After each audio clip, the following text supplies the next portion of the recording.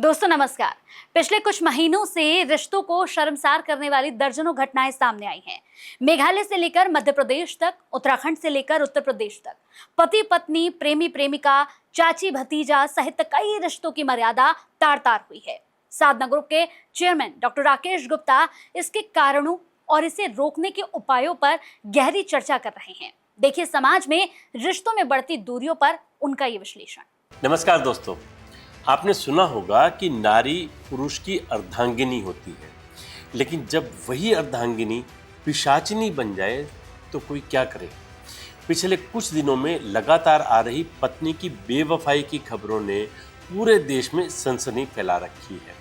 मेरठ के सौरभ हत्याकांड में मुस्कान की खौफनाक सच्चाई जानकर अभी देश सदमे से उभरा भी नहीं था कि इंदौर के राजा रघुवंशी हत्याकांड ने पूरे देश को हिलाकर रख दिया। आपके घर में भी बस यही चर्चा हो रही होगी कि समाज में आखिर ये हो क्या रहा है, क्यों ऐसी वारदातें दिनों दिन बढ़ती जा रही हैं।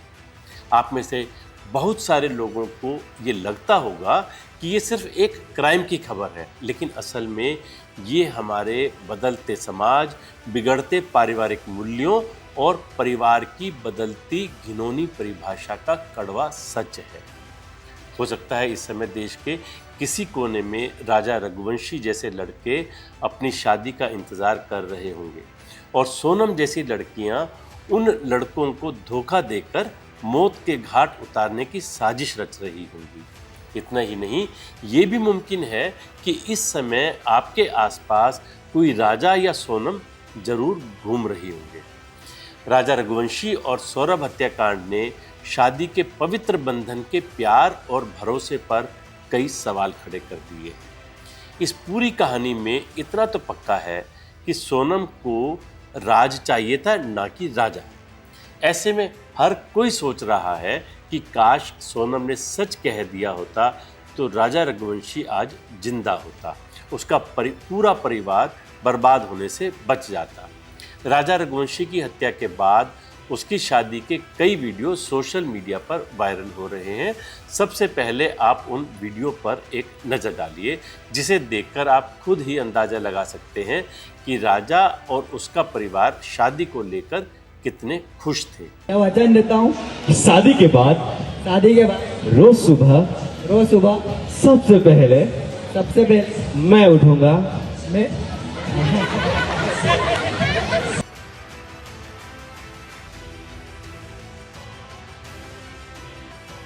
ये तस्वीरें भले ही खुशियों का इजहार कर रही हों, लेकिन सोनम के नापाक इरादों की भनक किसी को भी नहीं लगी। पुलिस हर रोज़ इस हत्याकांड में नए नए खुलासे कर रही है। पुलिस ने सनसनीखेज खुलासा करते हुए कहा कि राज कुशवाहा इस हत्या का मास्टरमाइंड है, जबकि सोनम रघुवंशी उसकी पार्टनर थी। इस मामले में सोनम समेत सभी 5 आरोपियों ने अपना जुर्म कबूल कर लिया है। आरोपी ने बताया कि 23 मई को सिर्फ 18 मिनट में राजा की हत्या कर उसकी लाश खाई में फेंक दी थी। सोनम ने राजा को कामाख्या मंदिर दर्शन के बहाने गुवाहाटी ले जाकर शिलोंग में हत्या की साजिश को अंजाम दिया। जांच में ये भी सामने आया कि फरवरी 2025 में भी हत्या की एक विफल साजिश रची गई थी और सोनम हत्या के बाद 14 दिन तक इंदौर में छिपी रही। पुलिस के मुताबिक सोनम ने हत्यारों को चिल्लाकर कहा, मार दो उसे। सोनम मांगलिक थी और मान्यताओं के अनुसार अगर किसी को मांगलिक दोष को खत्म करना है तो पहले उसकी शादी किसी पेड़ या किसी जानवर से कराई जाती है, लेकिन सोनम ने अपना मांगलिक दोष मिटाने के लिए राजा से शादी कर उसकी हत्या ही करवा दी। राजा रघुवंशी के हत्यारे आज भले ही सलाखों के पीछे हैं, लेकिन इस घिनौनी करतूत ने पूरे समाज को झकझोर कर रख दिया है। दोस्तों, शादी ब्याह के मामले में आज भी हमारे समाज में 95% लोग अपने बच्चों की अरेंज मैरिज करना चाहते हैं। बात अगर लव मैरिज की हो तो उसमें सबसे बड़ी अड़चन होती है जाति और धर्म की, क्योंकि ज़्यादातर माता पिता यही सोचते हैं कि समाज क्या कहेगा। इस मामले में भी शायद यही वजह हो सकती है, क्योंकि राज कुशवाहा सोनम के पिता की प्लाईवुड फैक्ट्री में काम करता था। ऐसे में सोनम ये जानती थी कि उसके पिता कभी भी इस शादी के लिए राजी नहीं होंगे। इसीलिए उसने राजा रघुवंशी से शादी का नाटक किया और मेघालय में ले जाकर उसकी हत्या करवाकर खुद के अपहरण की झूठी साजिश रच डाली। दोस्तों, अब समय आ गया है कि हमें अपने बच्चों से हर विषय पर खुलकर बात करनी चाहिए, फिर चाहे वो बात कैरियर की हो या फिर प्यार की, लव अफेयर की। शायद ऐसा करने से भविष्य में कई राजा जैसे युवकों की जान बच सके। नमस्कार दोस्तों, हम अक्सर सोचते हैं कि शादी का मतलब सिर्फ खुशी और साथ जीना ही है, लेकिन कभी कभी रिश्तों में दबाव और मानसिक तनाव इस हद तक बढ़ जाते हैं कि ये रिश्ता हिंसा में बदल जाता है और कभी कभी तो जिंदगी के अंत में तब्दील हो जाता है।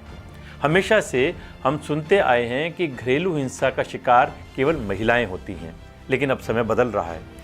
पुरुष भी घर के अंदर हिंसा का शिकार हो रहे हैं। आजकल तो अगर पुरुषों ने ज़्यादा बहस की, पत्नी की बात नहीं मानी, तो पत्नियां ज़्यादा लोड नहीं लेती हैं। नतीजा, पुरुष या तो जेल के अंदर या फिर ड्रम के अंदर। आपको याद आ गया होगा मैंने ड्रम का जिक्र क्यों किया है। हाल ही में मेरठ में सौरभ हत्याकांड में हर किसी को झकझोर कर रख दिया था, जिसमें मेरठ में रहने वाली एक मुस्कान नाम की लड़की ने विदेश से लौटे अपने पति को बॉयफ्रेंड के साथ मिलकर जान से मार दिया और फिर उसके 15 टुकड़े किए और एक ड्रम में डाल दिया और ऊपर से सीमेंट डालकर फ्रीज कर दिया। इतना ही नहीं, इसके बाद वो अपने बॉयफ्रेंड के साथ कुल्लू, मनाली, शिमला घूमने चली गई। फिलहाल दोनों को गिरफ्तार कर जेल भेज दिया गया है। लेकिन दोस्तों, ये कोई एक मामला नहीं है। एक दूसरा मामला तो आपको और भी ज़्यादा हैरान कर देगा। यूपी के औरैया में शादी के 15 दिन बाद ही पत्नी ने पति को मरवा दिया, क्योंकि पत्नी किसी और से प्यार करती थी। सोचिए, वो तो शादी के बाद अपने साथ जहर की शीशी लाई थी। पहली ही रात उसने दूध में जहर डाल दिया था, लेकिन अपने इरादों में कामयाब नहीं हुई। फिर उसने और उसके बॉयफ्रेंड ने मिलकर एक शूटर को शगुन के पैसों में से, शगुन जो उसको हैप्पी मैरिड लाइफ के लिए मिले हुए थे, उसमें से 2 लाख रुपए दिए और पति को गोली मरवा दी। अभी उस पत्नी की हाथों की मेहंदी भी नहीं उतरी थी। घर की रौनक 15 दिन में मातम में बदल गई और घर का चिराग बुझ गया। एक और मामला सुनिए। ये मामला है मुजफ्फरनगर का। यहाँ पर एक पत्नी ने कॉफ़ी में अपने पति अनुज को जहर मिलाकर दिया।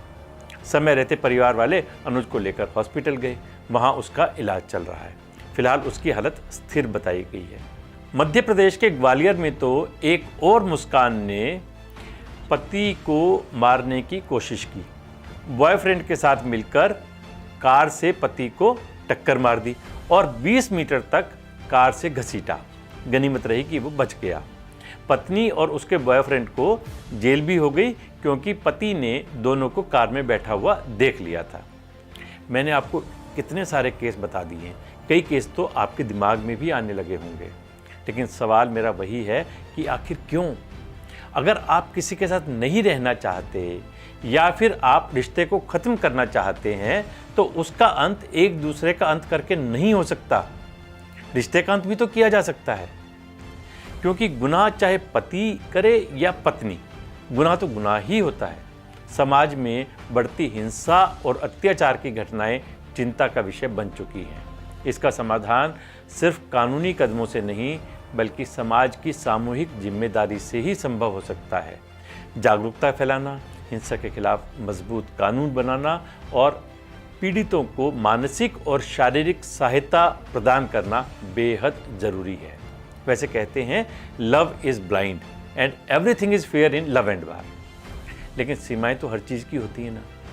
किसी ने ठीक कहा है, ज़िंदगी कभी आसान नहीं होती, इसे आसान करना पड़ता है, कुछ को नज़रअंदाज करके, कुछ को बर्दाश्त करके। नमस्कार।